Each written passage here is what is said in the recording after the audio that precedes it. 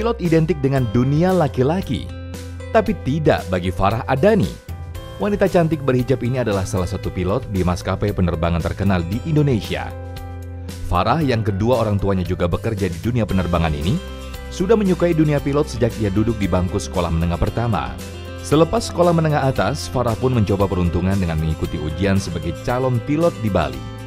Ia berhasil lulus dan mulai sejak itu Farah serius mendalami pendidikan pilot hingga mampu mewujudkan cita-citanya sebagai penakluk burung besi. Kini wanita berusia 25 tahun tersebut sudah menerbangkan pesawat berjenis Airbus dengan ribuan jam terbang. Lantas, apa tantangan terbesar Farah sebagai pilot wanita yang berhijab? Apakah ada yang memandangnya dengan sebelah mata? Dan bagaimana Islam memandang wanita yang bekerja? Yuk kita saksikan jawabannya di Ngopi Ramadan pagi ini. Selama ini yang saya pikir pilot, co-pilot dengan krunya itu aja terus. Itu aja terus gitu ya. Ternyata beda lagi rute, beda penerbangan, ganti lagi. Nah, kemudian ketika ibu misalnya nih berhadapan dengan senior, tiba-tiba melihat perempuan. Pernah enggak rasakan ada dirasa di sini sih? Kalau untuk zaman sekarang kayaknya sih udah nggak ada ya. Kalau dulu banget mungkin karena wanita tuh masih minoritas, mungkin ada perasaan kayak, duh kok kita sendiri ya, kok kita dianggapnya kayak nggak bisa apa-apa ya, padahal kemampuan wanita dan laki-laki tuh sama aja sebenarnya. Kalau untuk sekarang sih lebih memaklumi dan lebih mengayomi kalau di perusahaan aku sendiri, karena alhamdulillah sampai saat ini di perusahaan aku tuh ada 23 wanita pilot. Pilot semua itu? Pilot semua. Ini ibu yang terbangkan privat jet atau komersial? Aku bawa Airbus 320. Ini maaf sebelumnya Mbak Farah, aku mau nanya, Mbak Farah udah nikah belum? Alhamdulillah baru nikah sih. Baru nikah. Nah, apa nih pendapat suami tentang profesinya Mbak Farah? Nah, ini agak lumayan menarik nih. Kan sering ditinggal ya Pak Ustadz ya? Apalagi kalau pengantin baru. Makanya. Ini lumayan menarik nih pertanyaannya, karena suamiku sendiri juga alhamdulillah pilot juga kebetulan. Jadi sebelum menikah tuh kita kayak udah komunikasi sih. Suami juga merestui, meridoi juga gitu aku jadi wanita karir, dan beliau juga tahu apa-apa pekerjaan menjadi pilot, seperti apa, orang-orangnya kayak gimana, waktu bekerjanya kapan aja. Jadi nggak begitu sulit untuk beradaptasinya. Tapi gitu. susah nggak sih ngebagi waktu gitu kan, biasanya mungkin istrinya pulang, terus suaminya terbang. Oke, jadi nah, maksudnya gimana tuh? Ya jadi suamiku tuh di perusahaan yang berbeda sih. Dia kadang 3 minggu di sini, bisa sebulan juga. Jadi pasti ketemu, dan kalau di perusahaan aku juga paling lama tuh paling kayak 3 hari atau 4 hari untuk keluar kota gitu. Jadi nggak yang lama banget, jadi masih kayak kejangkau lah gitu untuk apalagi lagi pandemi gini kan. Jadi frekuensi terbang juga nggak begitu sesibuk dulu sebelum pandemi gitu. Yang kita sudah tahu beberapa saat kemudian, persilahkan untuk melepas safety belt dengan apalagi itu? Ya itulah paling tidak itu, tapi tetap dianjurkan menggunakannya. Toilet juga sudah boleh di situ. Nah itu pada saat sudah ada pengumuman gitu sudah autopilot. Sebenarnya sudah autopilot, jadi nggak perlu khawatir lagi sih sebenarnya, karena sekarang pesawat sekarang tuh udah pada canggih-canggih juga.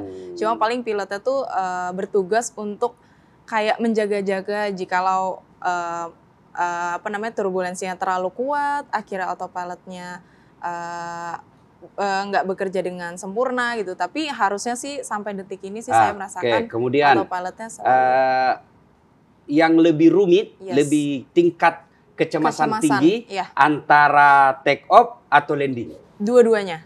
Itu krusialnya di situ sih. Jadi pesawat sesungguhnya sudah aman ketika dia sudah stabil? Stabil, itu justru jauh lebih aman, dan terbang tinggi itu jauh lebih aman. Nah, apa yang dilakukan seorang pilot nih di saat turbulensi ini kan cuma pilot doang yang tahu nih apa yang ada di depannya dia gitu.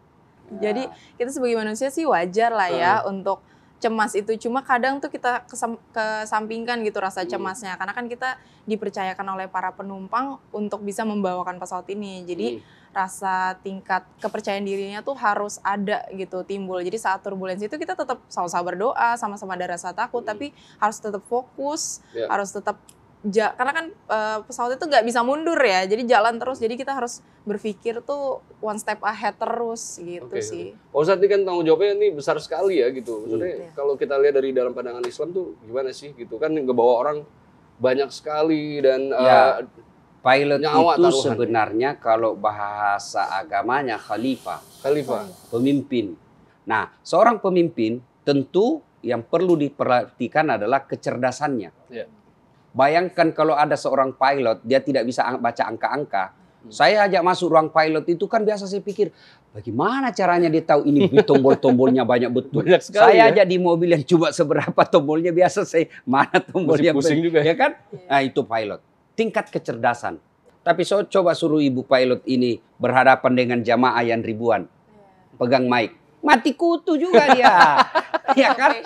Saya disuruh pilot, Pak. Lebih baik saya suruh ceramah 10 jam daripada berhadapan ini tombol-tombol.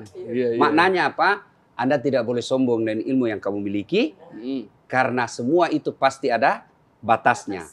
Ibu ini ahli di bidang penerbangan, nerbangkan pesawat. Tapi siapa sesungguhnya yang lebih hebat? Ya, yang menciptakan pesawat. Bukan juga. Yang lebih hebat adalah yang menciptakan semuanya.